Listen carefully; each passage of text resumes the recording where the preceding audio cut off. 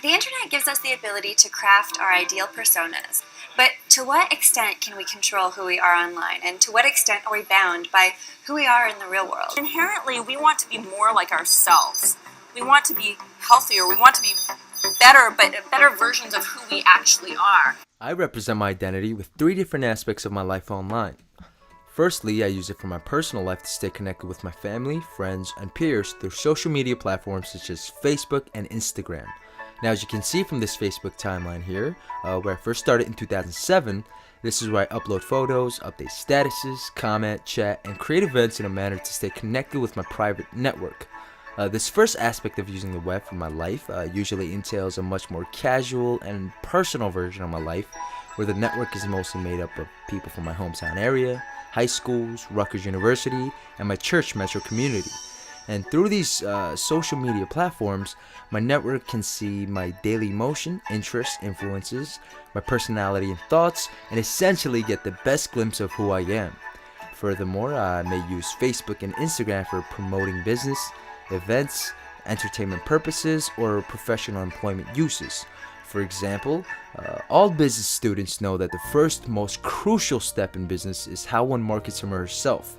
It's called branding your identity either as a company, influential figure, or generally who you are as a person. Now, they say image isn't everything, but first impressions are actually the most lasting memories, and if anyone wants to be perceived in a serious and professional manner, they must present themselves this way through the means of their looks, communication, and credibility. I first started using LinkedIn the day that I applied to my first real job here at Rutgers University to create the second aspect of my online identity. As a result, I can say that I have received probably close to 20 interviews and over 10 job or internship offers since I put myself out in the market, and I am certain that probably close to 100% of all these hiring managers have taken a glimpse at my LinkedIn account. LinkedIn basically allows for a more brief and external outlook of someone, yet still share a much more personalized resume, where your profile picture and connections become a very large deciding factor of how people perceive you as their first real impression. It also allows people to use this platform as a means of targeting a very specific market to recruit, screen, or communicate for a multitude of business-related reasons. For example, LinkedIn has become a very crucial tool to my success as an IT recruiter. As I scroll down here, I am going to be sharing with you the profile of my past candidate here, Satish Mantri.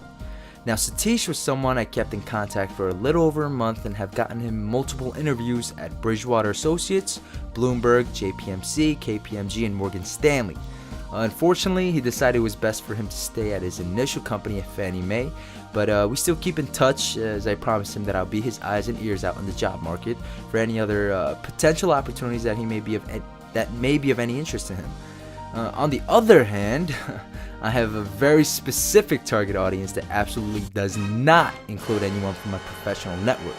If they saw this third persona of mine, I'm pretty sure they would not want anything to do with me unless he or she was an agent, a producer, a promoter, an artist, or a regular fan. Now, this third aspect of my online identity is me being a musician on YouTube and SoundCloud. Through these websites, I essentially share my music as a part-time hip-hop artist and a producer while networking with those of similar interests and background. And the reason I do not share this side of my identity to my professional network is simply because this music is not entirely professional. As a matter of fact, the lyrical content can sometimes be explicit and inappropriate in any corporate workplace environment. Nonetheless, it has been a big influence on my life, identity, and my networks.